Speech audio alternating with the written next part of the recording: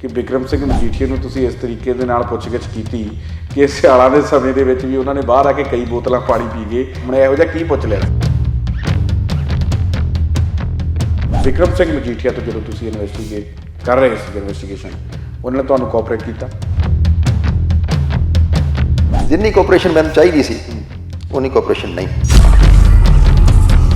ਕਦੋਂ ਤੁਸੀਂ ਇਨਵੈਸਟੀਗੇਸ਼ਨ ਸ਼ੁਰੂ ਕੀਤੀ, ਕਿਵੇਂ ਭੋਲਾ ਡਰੱਗ ਰੈਕਟ ਦੇ ਵਿੱਚ ਪਹੁੰਚੇ, ਕਿੱਥੇ ਤੱਕ ਉਹ ਤੁਹਾਡੀ ਇਨਵੈਸਟੀਗੇਸ਼ਨ ਪਹੁੰਚੀ ਔਰ ਮਜੀਠੀਆ ਦਾ ਨਾਮ ਉਹਦੇ ਵਿੱਚ ਕਿਵੇਂ ਆ ਜਾਂਦਾ ਹੈ, ਫਿਰ ਰਾਜਜੀਤ ਔਰ ਇੰਦਰਜੀਤ ਦਾ ਜਿਹੜਾ ਸਿਸਟਮ ਕਿਵੇਂ ਚੱਲਦਾ ਹੈ? ਸ਼ਰਾਬ ਦੇ ਨਾਲ ਜਿਹੜੀਆਂ ਬਹੁਤ ਸਾਰੀਆਂ ਮੌਤਾਂ ਹੋ ਗਈਆਂ ਸੀ ਪੰਜਾਬ ਦੇ ਵਿੱਚ, ਉਹਦੇ ਵਿੱਚ ਵੀ ਬਹੁਤ ਸਾਰੇ ਸਿਆਸਤਦਾਨਾਂ ਦਾ ਨਾਮ ਬੋਲਦਾ ਰਿਹਾ।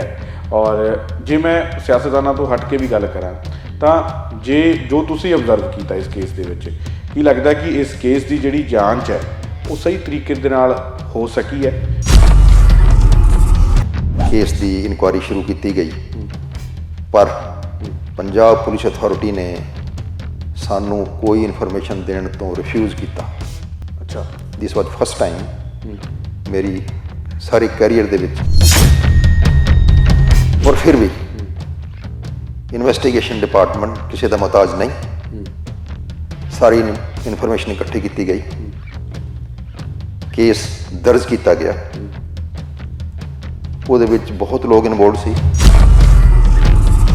ਬਹੁਤ ਸਾਰੇ ਕੇਸ ਇਹੋ ਜਿਹੇ ਰਹੇ ਜਿਹੜੇ ਸਰਦਾਰ ਨਰਿੰਦਰ ਸਿੰਘ ਹੋਣਾ ਤੋਂ ਜਿਹੜੇ ਵਾਪਸ ਲੈ ਲਏ ਗਏ, ਕਿਉਂਕਿ ਕਈਆਂ ਦੀਆਂ ਕਹਿੰਦੇ ਉਹਦੇ ਵਿੱਚ ਲੱਤਾਂ ਕੰਬਣ ਲੱਗ ਗਈਆਂ। ਮੈਂ ਇਸ ਨੂੰ ਨਾਰਕੋ ਟੈਰਰਿਜ਼ਮ ਮੰਨ ਕੇ ਸ਼ੁਰੂ ਕੀਤਾ ਸੀ। ਅੱਛਾ, ਆਨਰੇਬਲ ਹਾਈ ਕੋਰਟ ਨੇ ਇਸ ਗੱਲ ਤੇ ਪ੍ਰਮੋਟ ਲਾਈ ਕਿ ਇਹ ਨਾਰਕੋ ਟੈਰਰਿਜ਼ਮ ਹੈ। ਇਹਦੀ ਨਲਾਇਕੀ ਮੰਨਦੇ ਹੋ ਜੇ ਬਾਰਡਰ ਪਾਰ ਕਰਕੇ ਨਸ਼ਾ ਆ ਜਾਂਦਾ ਹੈ? ਮੇਰੀ ਡਰੱਗ ਦੇ ਉੱਪਰ, ਪੰਜਾਬ ਦੇ ਉੱਪਰ ਜਿਹੜੀ ਡਰੱਗ ਕੰਜੰਪਸ਼ਨ, ਡਰੱਗ ਟ੍ਰੈਫਿਕਿੰਗ ਕੌਣ ਬੰਦੇ ਕਰਾ ਰਹੇ, ਕੌਣ ਬੰਦੇ ਬਾਹਰੋਂ ਕਰਾ ਰਹੇ ਨੇ, ਕੌਣ ਬੰਦੇ ਇਨਵੋਲਡ ਹੈ, ਇਹਦੇ ਵਿੱਚ ਮੇਰੇ ਕੋਲ ਇਨਫੋਰਮੇਸ਼ਨ ਰਹੀ ਹੈ। ਕਿਸੇ ਪੰਜਾਬ ਸਰਕਾਰ ਨੇ 2-3 ਸਰਕਾਰਾਂ ਚਲੀ ਗਈਆਂ, ਕਿਸੇ ਸਰਕਾਰ ਨੇ ਅੱਜ ਤੱਕ ਮੈਨੂੰ ਇਹ ਪੁੱਛਿਆ ਨਹੀਂ ਕਿ ਸਾਨੂੰ ਥੋੜਾ ਹੈਲਪ ਕਰੋ। ਹੁਣ ਜਿਸ ਤਰੀਕੇ ਦੇ ਨਾਲ ਜਿਹੜੀਆਂ 에ਅਰਪੋਰਟਸ ਜਿਹੜੀਆਂ ਖੁੱਲਣਗੀਆਂ, ਕੀ ਲੱਗਦਾ ਇਹਦੇ ਵਿੱਚ ਉਸ ਤੋਂ ਬਾਅਦ ਚੋਂ ਵੀ ਈਡੀ ਜੇ ਆਉਂਦੀ ਹੈ? ਕਿਉਂਕਿ ਈਡੀ ਵਾਲਾ ਕੇਸ ਹਾਲੇ ਵੀ ਮੈਨੂੰ ਲੱਗਦਾ ਕਿ ਉਹ ਕਿਸੇ ਜਿਹੜਾ ਰਿਜ਼ਲਟ ਤੇ ਉਹ ਪਹੁੰਚਿਆ ਨਹੀਂ, ਤਾਂ ਲੱਗਦਾ ਕਿ ਦੁਬਾਰਾ ਈਡੀ ਵਾਲਾ ਕੇਸ ਵੀ ਜਿਹੜਾ ਉਹ ਖੁੱਲ੍ਹ ਸਕਦਾ ਹੈ। ਪਿਛਲੇ 10 ਸਾਲਾਂ ਦੇ ਵਿੱਚ ਪੰਜਾਬ ਦੇ ਵਿੱਚ ਕਮ ਸੇ ਕਮ ਵੀ 35 ਜਾਂ 40 ਹਜ਼ਾਰ ਬੱਚੇ ਸਾਡੇ ਮਰ ਗਏ ਡਰੱਗਸ ਲੈ ਕੇ। 35-40 ਹਜ਼ਾਰ ਬੱਚੇ ਮਰ ਚੁੱਕੇ ਨੇ। ਤੁਸੀਂ ਕਿੰਨੇ ਬੰਦੇ ਮਾਰੋਗੇ? ਪਰਚੇ ਦੇ ਕੇ ਤੁਸੀਂ ਹੱਥ ਨਹੀਂ ਧੋ ਸਕਦੇ। ਤੁਸੀਂ 50,000 20,000 ਤੁਸੀਂ ਬੰਦੇ ਅੰਦਰ ਕਰ ਦਿਓ, ਉਹਦੇ ਨਾਲ ਕੁਝ ਨਹੀਂ ਹੋਣਾ। ਉਹਨਾਂ ਨੇ ਫਿਰ ਬਾਹਰ ਆ ਕੇ ਉਹੀ ਕੁਝ ਕਰਨਾ, ਉਹਦੇ ਨਾਲ ਕੁਝ ਨਹੀਂ ਹੋਣਾ। ਇਹ 2-pronged ਵਾਰ ਹੈ। ਇਹ ਵਾਰ ਹੈ, ਇਹ ਵਾਰ against Punjab, against the people of Punjab, against the youth of Punjab. ਕਿਵੇਂ ਲੜੀ ਜਾਵੇ? ਇਹ ਲੜੀ ਜਾਵੇ ਪਬਲਿਕ। ਕਈ ਥਾਈਂ ਕੁਝ ਲੋਕਾਂ ਨੇ ਆਪਣੇ ਤੌਰ ਤੇ, ਜਿਵੇਂ ਮੈਂ ਕਹਿ ਰਿਹਾ, ਕਰਨ ਦੀ ਕੋਸ਼ਿਸ਼ ਕੀਤੀ, ਫਿਰ ਉਹਨਾਂ ਦੀ ਲੱਤਾਂ ਵੀ ਭੰਨ ਦਿੱਤੀਆਂ ਗਈਆਂ। ਤੁਹਾਡੀ ਨਲਾਇਕੀ ਦੀ ਵਜ੍ਹਾ ਨਾਲ ਪੰਜਾਬ ਦਾ ਇੱਕ ਵੀ ਬੱਚਾ ਕਿਉਂ ਮਰੇ? 4 ਸਾਲ ਦੀ ਲੋੜ ਨਹੀਂ ਇਹਦੇ ਵਾਸਤੇ। ਜਿਹੜਾ ਗੋਲੀ ਕਾਂਡ ਉੱਥੇ ਵਾਪਰਿਆ ਜਾਂ ਬੇਅਦਬੀ ਦੀ ਆਪਾਂ ਗੱਲ ਕਰੀਏ, ਇੰਨੇ ਸਾਲਾਂ ਬਾਅਦ ਇਹਦੇ ਵਿੱਚ ਕੋਈ ਸਿੱਟਾ, ਕੋਈ ਰਿਜ਼ਲਟ ਨਿਕਲ ਸਕਦਾ? ਜਿੰਨਾ ਟਾਈਮ ਲੂਜ਼ ਹੋਏਗਾ, ਇਨਵੈਸਟੀਗੇਸ਼ਨ ਦਾ ਇੱਕ ਤਰੀਕਾ ਹੈ, ਜਿੰਨਾ ਟਾਈਮ ਲੂਜ਼ ਹੋਏਗਾ, ਲੇਟ ਹੋਏਗਾ, ਉਹਨਾਂ ਇਨਵੈਸਟੀਗੇਸ਼ਨ ਦੇ ਰਿਜ਼ਲਟ ਚੰਗੇ ਨਹੀਂ ਆਉਣਗੇ। ਤਾਂ ਹੁਣ ਜਿਹੜੀ ਪਰਸੈਪਸ਼ਨ ਇਹ ਹੈ ਕਿ ਈਡੀ ਦੀ ਦੁਰਵਰਤੋਂ ਹੁੰਦੀ ਹੈ, CBI ਦੀ ਦੁਰਵਰਤੋਂ ਹੁੰਦੀ ਹੈ, ਹੋਰ ਏਜੰਸੀਆਂ ਦੀ ਦੁਰਵਰਤੋਂ ਹੁੰਦੀ ਹੈ। ਵਾਕਈ ਸਰਕਾਰਾਂ ਆਪਣੇ ਤਰੀਕੇ ਨਾਲ ਵਰਤਦੀਆਂ?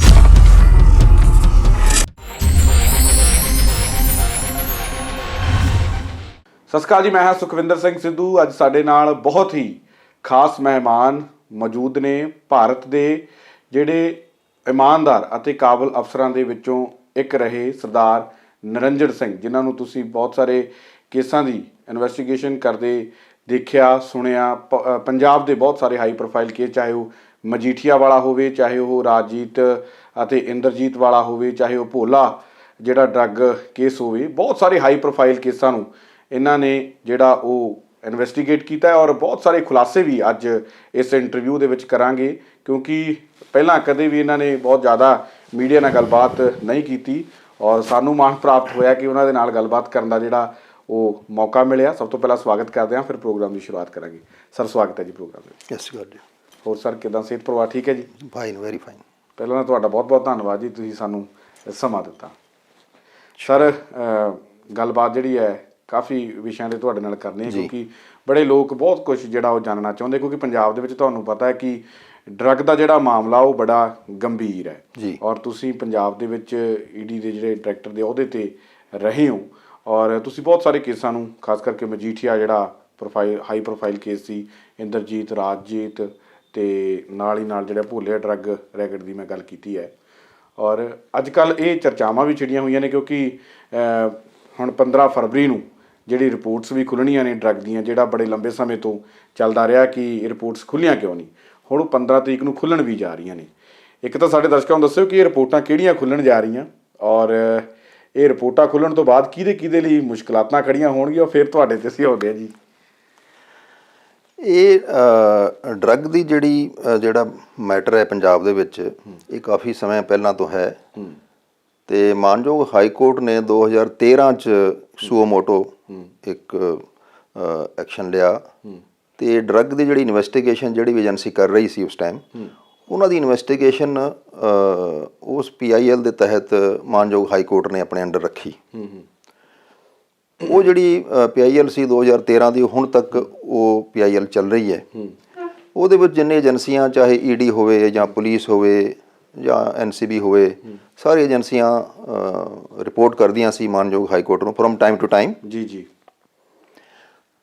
As for as ED is concerned, ਮੈਂ ਡਰੱਗ ਕੇਸਿਸ ਜਿਹੜੇ ਸੀਗੇ ਇੱਥੇ ਪੰਜਾਬ 'ਚ ਉਹਨਾਂ ਦਾ ਇੰਚਾਰਜ ਰਿਹਾ, ਇਨਵੈਸਟੀਗੇਸ਼ਨ ਕਰਦਾ ਰਿਹਾ ਤੇ ਕਈ 7 ਜਾਂ 8 ਰਿਪੋਰਟਸ ਫਾਈਲ ਕੀਤੀਆਂ ਮੈਂ ਹਾਈ ਕੋਰਟ 'ਚ ਭੋਲਾ ਡਰੱਗ ਕੇਸ ਦੇ ਵਿੱਚ। ਤੇ ਇਸੇ ਤਰ੍ਹਾਂ ਪੁਲਿਸ ਨੇ, STF ਨੇ ਫਾਈਲ ਕੀਤੀਆਂ ਨੇ। SIT ਜਿਹੜੀ ਮਾਨਯੋਗ ਹਾਈ ਕੋਰਟ ਨੇ ਬਣਾਈ ਸੀ, ਜੀ ਜੀ, ਉਹਨਾਂ ਦੀ ਵੀ ਰਿਪੋਰਟ ਫਾਈਲਡ ਹੈਗੀਆਂ। ਉਹ ਸਾਰੀ ਰਿਪੋਰਟਸ ਸੀਲਡ ਕਵਰ ਦੇ ਵਿੱਚ ਹੈਗੀਆਂ ਜੀ।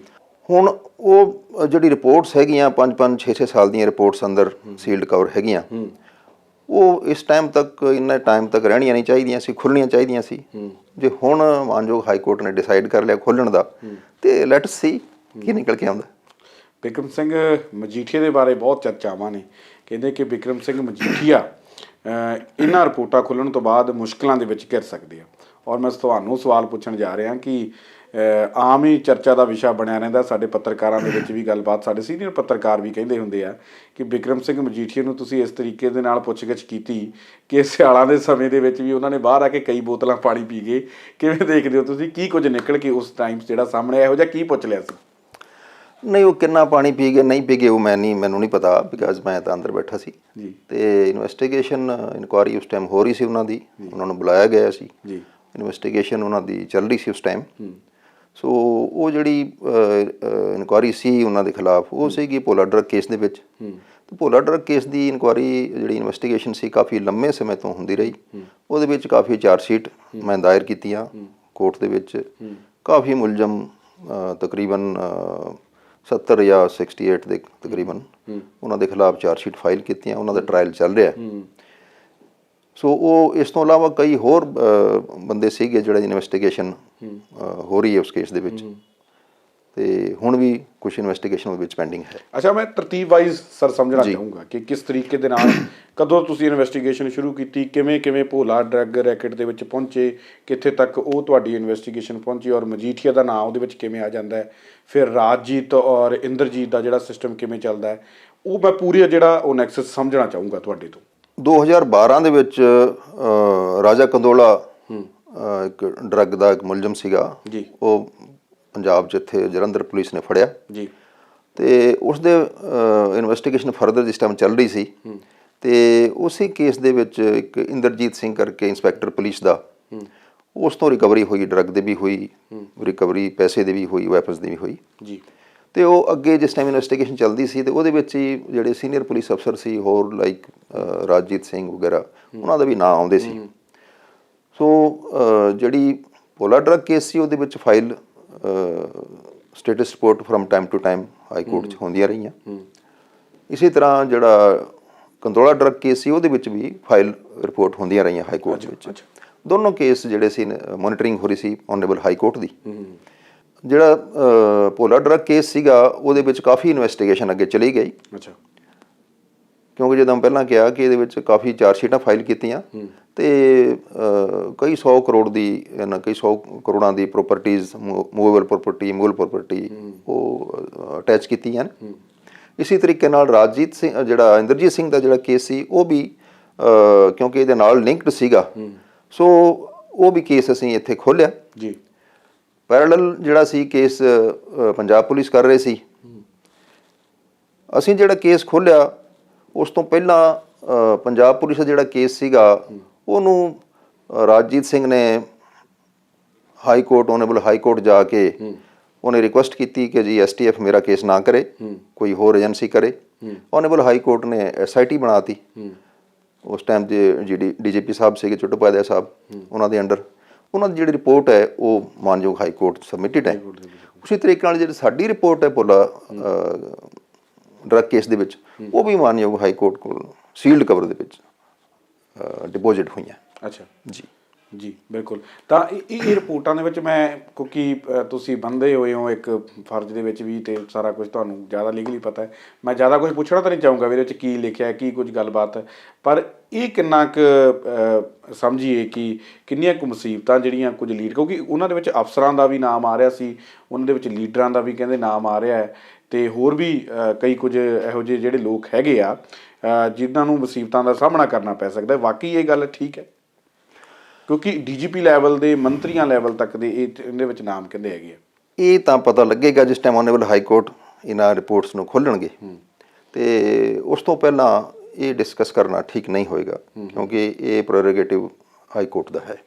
ਅੱਛਾ, ਇੱਕ ਗੁਰਦੀਪ ਰਾਣੋ ਬਾਰੇ ਵੀ ਤੁਸੀਂ ਇਨਵੈਸਟੀਗੇਸ਼ਨ ਕੀਤੀ ਸੀ, ਕਿਉਂਕਿ ਉਹ ਵੀ ਇੱਕ ਹਾਈ ਪ੍ਰੋਫਾਈਲ ਕੇਸਾਂ ਦੇ ਵਿੱਚ ਸੀ, ਕਿਉਂਕਿ ਗੁਰਦੀਪ ਰਾਣੋ ਦੇ ਫੜੇ ਜਾਣ ਤੋਂ ਬਾਅਦ ਵੀ ਅਕਾਲੀ ਲੀਡਰਾਂ ਦਾ ਕਹਿਣਾ ਸੀ ਕਿ ਕਾਂਗਰਸੀਆਂ ਨਾਲ ਇਹਨਾਂ ਦਾ ਸਹਿਚਾਰ ਹੈਗਾ, ਕਿਉਂਕਿ ਕਾਂਗਰਸ ਦੀ ਸਰਕਾਰ ਮੌਕੇ ਫੜੇ ਗਏ ਸੀ, ਔਰ ਕਾਂਗਰਸੀ ਕਹਿੰਦੇ ਸੀਗੇ ਕਿ ਇਹਨਾਂ ਦਾ ਅਕਾਲੀ ਦਲ ਦੇ ਨਾਲ ਹੈ, ਔਰ ਅਫਸਰਾਂ ਦਾ ਵੀ ਉਹਦੇ ਵਿੱਚ ਵੀ ਨਾਮ ਹੈ। ਉਹਨੂੰ ਵੀ ਤੁਸੀਂ ਇਨਵੈਸਟੀਗੇਸ਼ਨ ਕੀਤਾ, ਔਰ ਉਹ ਵੀ ਕਿਸੇ ਸਿਰੇ 'ਤੇ ਜਿਹੜੀ ਆ ਉਹ ਪਹੁੰਚ ਨਹੀਂ ਸਕੀ। ਸਰ, ਉਹਨੂੰ ਤੁਸੀਂ ਕਿਵੇਂ ਦੇਖਦੇ ਹੋ? ਉਹ ਕਿੱਥੇ ਕੁ ਜੇ ਰਹਿ ਗਈ ਉਹਦੇ ਵਿੱਚ, ਕਿ ਵਾਕਈ ਜਿਹੜੇ ਲੀਡਰ ਸੀ, ਸਿਆਸਤਦਾਨ ਸੀਗੇ ਤੇ ਅਫਸਰ ਸੀਗੇ, ਤੇ ਵਾਕਈ ਉਹਦੇ ਵਿੱਚ ਰਲੇ ਹੋਏ ਸੀ? ਗੁਰਦੀਪ ਰਾਣੋ ਦਾ ਕੇਸ ਵੀ ਇੰਟਰਨੈਸ਼ਨਲੀ ਕਨੈਕਟਡ ਕੇਸ ਸੀਗਾ, ਤੇ ਉਹਦੀ ਤਾਰ ਜਿਹੜੇ ਸੀ ਵਿਦੇਸ਼ਾਂ ਦੇ ਵਿੱਚ ਜਿਹੜੇ ਬੰਦੇ ਰਹਿੰਦੇ ਉਹਨਾਂ ਦੇ ਨਾਲ ਜੁੜੇ ਸੀ। ਉਹਦੇ ਵਿੱਚ ਇਨਵੈਸਟੀਗੇਸ਼ਨ ਜਦ ਤੱਕ ਮੈਂ ਸੀ ਸਰਵਿਸ ਦੇ ਵਿੱਚ, ਤੇ ਅਸੀਂ ਇਨਵੈਸਟੀਗੇਸ਼ਨ ਇਨੀਸ਼ੀਏਟ ਸ਼ੁਰੂ ਕਰਾਈ ਇਨਵੈਸਟੀਗੇਸ਼ਨ, ਤੇ ਉਸ ਤੋਂ ਬਾਅਦ ਇਹ ਕੇਸ ਮੈਥੋਂ ਟ੍ਰਾਂਸਫਰ ਕੀਤਾ ਗਿਆ। ਉਸ ਤੋਂ ਬਾਅਦ ਮੈਨੂੰ ਨਹੀਂ ਪਤਾ ਉਸ ਕੇਸ ਦੇ ਵਿੱਚ ਕੀ ਇਨਵੈਸਟੀਗੇਸ਼ਨ ਹੋਇਆ, ਪਰ ਰੀਸੈਂਟਲੀ ਕੁਝ ਅਟੈਚਮੈਂਟ ਆਰਡਰ ED ਨੇ ਇਸ਼ੂ ਕੀਤੇ ਨੇ ਉਹਦੇ ਇਨਵੈਸਟੀਗੇਸ਼ਨ, ਜਿੱਥੇ ਤੱਕ ਮੈਨੂੰ ਪਤਾ ਹੈ ਉਹ ਇਨਵੈਸਟੀਗੇਸ਼ਨ ਇਨ ਪ੍ਰੋਗਰੈਸ ਹੈ। ਅੱਗੇ ਵਧਣ ਤੋਂ ਪਹਿਲਾਂ ਮੈਂ ਇਹ ਵੀ ਪੁੱਛਣਾ ਚਾਹੂੰਗਾ, ਜਿਵੇਂ ਤੁਸੀਂ ਕੇਸ ਤੁਹਾਡੇ ਤੋਂ ਵਾਪਸ ਲਏ ਜਾਣ ਦੀ ਜਾਂ ਅੱਗੇ ਲਏ ਜਾਣ ਦੀ ਤੁਸੀਂ ਗੱਲ ਕੀਤੀ ਹੈ, ਬਹੁਤ ਸਾਰੇ ਕਈ ਕੇਸ ਇਹੋ ਜਿਹੇ ਰਹੇ ਜਿਹੜੇ ਸਰਦਾਰ ਨਰਿੰਦਰ ਸਿੰਘ ਹੋਣਾ ਤੋਂ ਜਿਹੜੇ ਵਾਪਸ ਲੈ ਲਏ ਗਏ, ਕਿਉਂਕਿ ਕਈਆਂ ਦੀਆਂ ਕਹਿੰਦੇ ਉਹਦੇ ਵਿੱਚ ਲੱਤਾਂ ਕੰਬਣ ਲੱਗ ਗਈਆਂ, ਤੇ ਉਹ ਡਰਦੇ ਕਿਸੇ ਨਾ ਕਿਸੇ ਤਰੀਕੇ ਅਪਰੋਚ ਲਗਾ ਕੇ ਕੇਸ ਕੂਸ ਕਹਿੰਦੇ ਵਾਪਸ ਵੀ ਲੈਂਦੇ ਰਹੇ। ਇਹੋ ਜਿਹੀ ਕੋਈ ਗੱਲਬਾਤ ਹੈਗੀ ਆ? ਕਿੰਨੇ ਕੁ ਕੇਸ ਜਿਹੜੇ ਆ ਤੁਹਾਡੇ ਤੋਂ ਜਿਹੜੇ ਇਸ ਤਰੀਕੇ ਨਾਲ ਚਲੇ ਗਏ? ਕਿਉਂਕਿ ਤੁਹਾਡੀ ਛਵੀ ਇੱਕ ਇਮਾਨਦਾਰ ਔਰ ਕਾਬਲ ਅਫਸਰ ਦੀ ਹੈਗੀ ਹੈ, ਔਰ ਤੁਸੀਂ ਕਹਿੰਦੇ ਕੰਮ ਵੀ ਬੜੇ ਇਮਾਨਦਾਰੀ ਦੇ ਨਾਲ ਕਰਦੇ ਹੋ, ਔਰ ਇਸ ਕਰਕੇ ਜਿਹੜੇ ਡਰਦੇ ਵੀ ਹੈ, ਤੇ ਕਹਿੰਦੇ ਕਿ ਅਪਰੋਚਾਂ ਲੜਾ ਕੇ ਕੇਸ ਵੀ ਕਹਿੰਦੇ ਇਹੋ ਜਿਹੀ ਗੱਲਬਾਤ ਹੈ? ਨਹੀਂ, ਉਹਦਾ ਕੀ ਵਜ੍ਹਾ ਹੈ ਕਿਉਂ ਕੇਸ ਵਾਪਸ ਲਏ? ਉਹ ਤਾਂ ਅਥਾਰਟੀ ਜਿਹੜੀ ਹੈ, ਹਾਇਰ ਅਥਾਰਟੀ, ਉਹਨਾਂ ਡਿਸਾਈਡ ਕਰਨਾ ਹੈ ਕਿ ਇਸ ਅਫਸਰ ਨੂੰ ਕੇਸ ਮਾਰਕ ਕਰਨੇ ਜਾਂ ਵਿਡਰਾ ਕਰਨੇ, ਤਾਂ ਉਹਨਾਂ ਨੂੰ ਪਤਾ ਹੈ ਕਿਉਂ ਕੀਤੇ ਜਾਂਦੇ ਨੇ। ਪਰ ਯੈਸ, ਇਨਵੈਸਟੀਗੇਸ਼ਨ, ਮੇਰਾ ਆਪਣਾ ਐਕਸਪੀਰੀਅੰਸ ਹੈ ਇੰਨੇ ਸਾਲ ਇਨਵੈਸਟੀਗੇਟਿੰਗ ਏਜੰਸੀ ਦੇ ਵਿੱਚ, ਇਨਵੈਸਟੀਗੇਸ਼ਨ ਜੇ ਤੁਸੀਂ ਇੱਕ ਅਫਸਰ ਤੋਂ ਦੂਸਰੇ ਅਫਸਰ ਨੂੰ ਟ੍ਰਾਂਸਫਰ ਕਰਦੇ ਹੋ ਤਾਂ ਇਨਵੈਸਟੀਗੇਸ਼ਨ ਸਫਰ ਕਰਦਾ। ਇੱਕ ਕੇਸ ਨਹੀਂ, ਲਾਈਫ ਦੇ ਵਿੱਚ ਜਦੋਂ ਤੁਹਾਡੇ ਕੋਲ ਇੰਨਾ ਵਧੀਆ ਅਫਸਰ ਹੁੰਦਾ ਹੈ ਤੁਹਾਡੇ ਵਰਗਾ ਕਾਬਲ ਅਫਸਰ, ਇਮਾਨਦਾਰ ਅਫਸਰ, ਜਿਹੜਾ ਵਧੀਆ ਤਰੀਕੇ ਨਾਲ ਇਨਵੈਸਟੀਗੇਸ਼ਨ ਕਰ ਸਕਦਾ ਹੈ, ਪਰ ਫਿਰ ਵੀ ਕੀ ਮਜਬੂਰੀ ਰਹਿ ਜਾਂਦੀ ਹੈ ਕਿ ਉਹਨਾਂ ਤੋਂ ਕੇਸ ਟ੍ਰਾਂਸਫਰ ਕਿਸੇ ਹੋਰ ਅਫਸਰ ਨੂੰ ਕੀਤਾ ਜਾਵੇ? ਉਹ ਤਾਂ ਫਿਰ ਜਿਹੜੇ ਅਫਸਰ ਜਾਂ ਅਥਾਰਟੀ ਜਿਹੜੀ ਟ੍ਰਾਂਸਫਰ ਕਰਦੇ ਹੈ, ਜਿਨ੍ਹਾਂ ਦਾ ਡਿਸੀਜਨ ਹੁੰਦਾ, ਉਹਨਾਂ ਨੂੰ ਪਤਾ ਹੈ ਜ਼ਿਆਦਾ ਕਿ ਕੀ ਵਜ੍ਹਾ ਹੈ। ਪਰ ਇੱਕ ਗੱਲ ਜ਼ਰੂਰ ਹੈ ਕਿ ਕੇਸ ਸਫਰ ਇਨਵੈਸਟੀਗੇਸ਼ਨ ਕਰਦੀ ਹੈ, ਕਿਉਂਕਿ ਦੂਸਰਾ ਇੱਕ ਕੇਸ ਹੈ ਇੰਸਪੈਕਟਰ ਇੰਦਰਜੀਤ ਸਿੰਘ ਦਾ। ਇਹ ਕੇਸ ਮੈਂ ਇਨੀਸ਼ੀਏਟ ਕੀਤਾ, ਸਾਡੇ ਕੋਲ ਇਨਫੋਰਮੇਸ਼ਨ ਨਹੀਂ ਸੀ ਆ ਰਹੀ ਪੁਲਿਸ ਤੋਂ ਹਾਈ ਕੋਰਟ ਮੈਂ ਮੈਂਸ਼ਨ ਕੀਤਾ, ਹੀਅਰਿੰਗ ਦੇ ਵਿੱਚ ਮੈਂਸ਼ਨ ਕੀਤਾ। ਜੱਜ ਸਾਹਿਬ ਨੇ ਆਰਡਰ ਕੀਤੇ ਕਿ ਇਮੀਡੀਏਟਲੀ ਈਡੀ ਨੂੰ ਇਨਫੋਰਮੇਸ਼ਨ ਦਿਓ। ਉਸ ਤੋਂ ਬਾਅਦ ਇਨਫੋਰਮੇਸ਼ਨ ਆਈ, ਕੇਸ ਰਜਿਸਟਰ ਕੀਤਾ ਗਿਆ। ਪਰ ਇਹ ਕੇਸ ਵੀ ਮੇਰੀ ਅਥਾਰਟੀ ਤੋਂ ਟ੍ਰਾਂਸਫਰ ਕੀਤਾ ਗਿਆ। ਅੱਛਾ। ਉਸ ਕੇਸ ਦਾ ਹੁਣ ਆਈ ਡੋਂਟ ਨੋ ਕੀ ਹੋਇਆ ਕੀ ਨਹੀਂ ਹੋਇਆ, ਪਰ ਇਹ ਤਾਂ ਅਥਾਰਟੀ ਜਿਹੜੇ ਟ੍ਰਾਂਸਫਰ ਕਰਦੇ ਹੈ ਉਹਨਾਂ ਨੂੰ ਪਤਾ ਹੈ ਬੈਟਰ। ਪਰ ਹਾਂ, ਇੱਕ ਗੱਲ ਜ਼ਰੂਰ ਹੈ ਕਿ ਕੇਸ ਟ੍ਰਾਂਸਫਰ ਕਰਦੇ ਹੋ ਤਾਂ ਜਿੱਥੇ ਵੀ ਟ੍ਰਾਂਸਫਰ ਕੇਸ ਜਾਂਦਾ ਹੈ ਉੱਥੇ ਐਕਸ਼ਨ ਹੋਣਾ ਚਾਹੀਦਾ, ਅਦਰਵਾਈਜ਼ ਤਾਂ ਇਨਵੈਸਟੀਗੇਸ਼ਨ ਸਫਰ ਕਰਦੀ। ਇੱਕ ਸਰ, ਮੈਂ ਤੁਹਾਨੂੰ ਖਬਰਾਂ ਵੀ ਸ਼ੇਅਰ ਕਰਦੇ ਦੇਖਿਆ ਕਈ ਵਾਰੀ ਸੋਸ਼ਲ ਮੀਡੀਆ ਦੇ ਉੱਪਰ, ਇੱਕ ਜਿਹੜਾ ਸ਼ਰਾਬ ਦੇ ਨਾਲ ਜਿਹੜੀਆਂ ਬਹੁਤ ਸਾਰੀਆਂ ਮੌਤਾਂ ਹੋ ਗਈਆਂ ਸੀ ਪੰਜਾਬ ਦੇ ਵਿੱਚ, ਉਹਦੇ ਵਿੱਚ ਵੀ ਬਹੁਤ ਸਾਰੇ ਸਿਆਸਤਦਾਨਾਂ ਦਾ ਨਾਮ ਬੋਲਦਾ ਰਿਹਾ। ਔਰ ਜੇ ਮੈਂ ਸਿਆਸਤਦਾਨਾਂ ਤੋਂ ਹਟ ਕੇ ਵੀ ਗੱਲ ਕਰਾਂ ਤਾਂ ਜੋ ਤੁਸੀਂ ਅਬਜ਼ਰਵ ਕੀਤਾ ਇਸ ਕੇਸ ਦੇ ਵਿੱਚ, ਕੀ ਲੱਗਦਾ ਕਿ ਇਸ ਕੇਸ ਦੀ ਜਿਹੜੀ ਜਾਂਚ ਹੈ ਉਹ ਸਹੀ ਤਰੀਕੇ ਦੇ ਨਾਲ ਹੋ ਸਕੀ ਹੈ ਤਾਂ ਕਿ ਅੱਗੇ ਹੋਊਗੀ, ਜਾਂ ਜਿਹੜੇ ਅਸਲੀ ਗੁਨਾਹਗਾਰ ਉਹਨਾਂ ਨੂੰ ਸਜ਼ਾ ਮਿਲ ਸਕਦੀ? ਇਹ ਬੜਾ ਅਨਫੋਰਚੂਨੇਟ ਸੀ। ਸਾਡੇ ਪੰਜਾਬ ਦੇ 150 ਤੋਂ ਤਕਰੀਬਨ 150 ਬੰਦੇ, ਇਨੋਸੈਂਟ ਬੰਦੇ ਜ਼ਹਿਰੀਲੀ ਸ਼ਰਾਬ ਪੀ ਕੇ ਮਰ ਗਏ। ਜਿਸ ਪੰਜਾਬੀ ਨੂੰ ਜਾਂ ਜਿਸ ਇਨਸਾਨ ਨੂੰ ਦਰਦ ਨਹੀਂ ਹੁੰਦਾ ਉਹ ਇਨਸਾਨ ਨਹੀਂ ਹੈਗਾ। ਮੈਨੂੰ ਦਰਦ ਸੀ। ਕੇਸ ਦੀ ਇਨਕੁਆਇਰੀ ਸ਼ੁਰੂ ਕੀਤੀ ਗਈ, ਪਰ ਪੰਜਾਬ ਪੁਲਿਸ ਅਥਾਰਟੀ ਨੇ ਸਾਨੂੰ ਕੋਈ ਇਨਫੋਰਮੇਸ਼ਨ ਦੇਣ ਤੋਂ ਰਿਫਿਊਜ਼ ਕੀਤਾ। ਅੱਛਾ। ਦਿਸ ਵਾਜ਼ ਫਸਟ ਟਾਈਮ ਮੇਰੀ ਸਾਰੇ ਕੈਰੀਅਰ ਦੇ ਵਿੱਚ ਜਿੱਥੇ ਫਲੈਟਲੀ ਸਰਕਾਰ, ਸਟੇਟ ਗੌਰਮੈਂਟ ਨੇ ਭਾਰਤ ਸਰਕਾਰ ਨੂੰ ਇਨਫੋਰਮੇਸ਼ਨ ਦੇਣ ਤੋਂ ਮਨਾ ਕੀਤਾ। ਅੱਛਾ।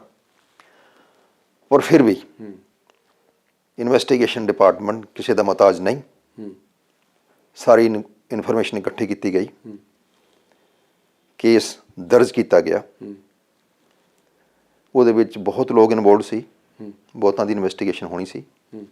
ਈਡੀ ਨੂੰ ਜੇ ਕੋਈ ਏਜੰਸੀ ਇਨਵੈਸਟੀਗੇਸ਼ਨ ਵਾਸਤੇ ਇਨਫੋਰਮੇਸ਼ਨ ਨਹੀਂ ਦਿੰਦੀ ਤਾਂ ਈਡੀ ਕੋਲ ਅਥਾਰਟੀ ਹੈ ਉਹ ਕਿ ਅਸੀਂ ਇਨਵੈਸਟੀਗੇਸ਼ਨ ਵਾਸਤੇ ਉਹ ਡਾਕੂਮੈਂਟਸ ਇਨਫੋਰਮੇਸ਼ਨ ਮੰਗਾ ਸਕਦੇ ਹਾਂ ਐਜ਼ ਪਰ ਲਾਅ। ਸੋ ਉਹ ਕੇਸ ਦਰਜ ਕੀਤਾ ਗਿਆ। ਪਰ ਦਰਜ ਕਰਨ ਤੋਂ ਮੇਰੇ ਖਿਆਲ 1 ਵੀਕ ਔਰ 10 ਡੇਜ਼ ਉਹ ਕੇਸ ਮੈਥੋਂ ਟ੍ਰਾਂਸਫਰ, ਅੱਛਾ, ਉਹ ਵੀ ਲੈ ਲਿਆ ਤੁਹਾਡੇ ਤੋਂ? ਉਹ ਵਾਪਸ ਕੀਤਾ ਗਿਆ ਟ੍ਰਾਂਸਫਰ। ਉਹਦਾ ਮੈਨੂੰ ਪਤਾ ਨਹੀਂ ਹੁਣ ਕੀ ਹੋਇਆ। ਆਫਟਰ ਦੈਟ ਮੈਂ ਰਿਟਾਇਰ ਹੋ ਗਿਆ। ਬਿਕਰਮ ਸਿੰਘ ਮਜੀਠੀਆ ਵਾਲੇ ਕੇਸ ਦੇ ਵਿੱਚ ਵੀ ਤੁਹਾਨੂੰ ਟ੍ਰਾਂਸਫਰ ਕੀਤਾ ਗਿਆ ਸੀ? ਉਦੋਂ ਵੀ ਕਾਫੀ ਜ਼ਿਆਦਾ ਰੌਲਾ ਪਿਆ, PL ਵੀ ਪਈ ਤੁਹਾਡੀ ਸਟੇ ਕਰਵਾਉਣ ਦੇ ਲਈ। ਉਦੋਂ ਵੀ ਕਾਫੀ ਕੁਛ ਹੋਇਆ ਕਿ ਉਦੋਂ ਵੀ ਲੋਕੀ ਤੁਹਾਡੇ ਹੱਕ ਦੇ ਵਿੱਚ ਸੀਗੇ ਕਿ ਇਹੋ ਜਿਹਾ ਇਮਾਨਦਾਰ ਅਫਸਰ ਜੇ ਬਦਲਿਆ ਜਾਂਦਾ ਹੈ ਤਾਂ ਫਿਰ ਇਨਵੈਸਟੀਗੇਸ਼ਨ ਸਹੀ ਤਰੀਕੇ ਨਾਲ ਹੋ ਕਿਵੇਂ ਸਕਦੀ?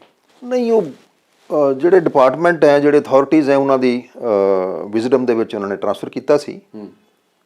ਉਹਨਾਂ ਨੂੰ ਮੇਰੀ ਕਿਤੇ ਹੋਰ ਸਰਵਿਸ ਦੀ ਲੋੜ ਸੀਗੀ, ਜਿਸ ਤਰ੍ਹਾਂ ਕਿ ਉਹਨਾਂ ਨੇ ਰਿਪਲਾਈ ਫਾਈਲ ਕੀਤਾ ਹਾਈ ਕੋਰਟ 'ਚ। ਪਰ ਫਿਰ ਵੀ ਇਹ ਸੁਪਰੀਮ ਕੋਰਟ ਦੇ ਵੀ ਆਰਡਰਸ ਹੈਗੇ ਨੇ ਕਿ ਇਨਵੈਸਟੀਗੇਸ਼ਨ ਦੇ ਮਿਡਲ ਦੇ ਵਿੱਚ ਕਿਸੇ ਅਫਸਰ ਨੂੰ ਟ੍ਰਾਂਸਫਰ ਨਾ ਕੀਤਾ ਜਾਵੇ ਜੇ ਕੋਈ ਹੋਰ ਵਜ੍ਹਾ ਨਹੀਂ ਹੈ ਤਾਂ। ਉਸ ਟਾਈਮ ਜੇ ਟ੍ਰਾਂਸਫਰ ਕੀਤਾ ਗਿਆ, ਉਸ ਟਾਈਮ ਮਿਸਟਰ ਮਜੀਠੀਆ ਦੀ ਇੰਟਰੋਗੇਸ਼ਨ ਹੋ ਚੁੱਕੀ ਸੀ। ਉਸ ਤੋਂ ਬਾਅਦ ਕੋਈ 10 ਡੇਜ਼ ਔਰ ਸੋ ਟ੍ਰਾਂਸਫਰ ਕੀਤਾ ਗਿਆ। ਕਲਕੱਤੇ ਮੇਰੀ ਟ੍ਰਾਂਸਫਰ ਹੋਈ ਸੀ, ਪਰ ਉਹ ਕੋਈ PIL ਫਾਈਲ ਕੀਤੀ ਕਿਸੇ ਨੇ ਅਤੇ ਉਹ ਸਟੇ ਹੋਇਆ। ਆਫਟਰ ਦੈਟ ਸਟੇ ਰਿਹਾ as long as I was there in the service. 2021 ਮੈਂ ਰਿਟਾਇਰ ਹੋ ਗਿਆ।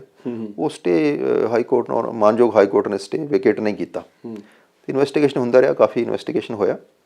ਅੱਛਾ, ਜਵਾਬ ਦੇਣਾ ਤੁਹਾਡੇ 'ਤੇ, ਨਹੀਂ ਜਵਾਬ ਦੇਣਾ ਤਾਂ ਉਹ ਵੀ ਤੁਹਾਡੇ 'ਤੇ। ਮੈਂ ਫਿਰ ਵੀ ਤੁਹਾਡੇ ਤੋਂ ਸਵਾਲ ਪੁੱਛਣਾ ਚਾਹੂੰਗਾ, ਔਰ ਕਿੰਨਾ ਕੁ ਦੇਣਾ ਉਹ ਵੀ ਤੁਹਾਡੇ 'ਤੇ। ਮੈਂ ਜ਼ਿਆਦਾ ਨਹੀਂ ਪੁੱਛਾਂਗਾ ਕੀ ਸਵਾਲ ਸੀ ਕੀ ਜਵਾਬ ਸੀ, ਪਰ ਮੈਂ ਵੈਸੇ ਪੁੱਛਣਾ ਚਾਹੁੰਦਾ ਹੈ, ਪੰਜਾਬ ਦੇ ਲੋਕ ਵੀ ਜਾਣਨਾ ਚਾਹੁੰਦੇ ਆ ਕਿ ਬਿਕਰਮ ਸਿੰਘ ਮਜੀਠੀਆ ਤੋਂ ਜਦੋਂ ਤੁਸੀਂ ਇਨਵੈਸਟੀਗੇਟ ਕਰ ਰਹੇ ਸੀ, ਇਨਵੈਸਟੀਗੇਸ਼ਨ, ਉਹਨਾਂ ਨੇ ਤੁਹਾਨੂੰ ਕੋਆਪਰੇਟ ਕੀਤਾ? ਦੇਖੋ, ਇਹ ਮੈਟਰ ਪਹਿਲਾਂ ਰੇਕਅਪ ਹੋਇਆ ਹੈ। ਪਹਿਲਾਂ ਵੀ ਮੈਂ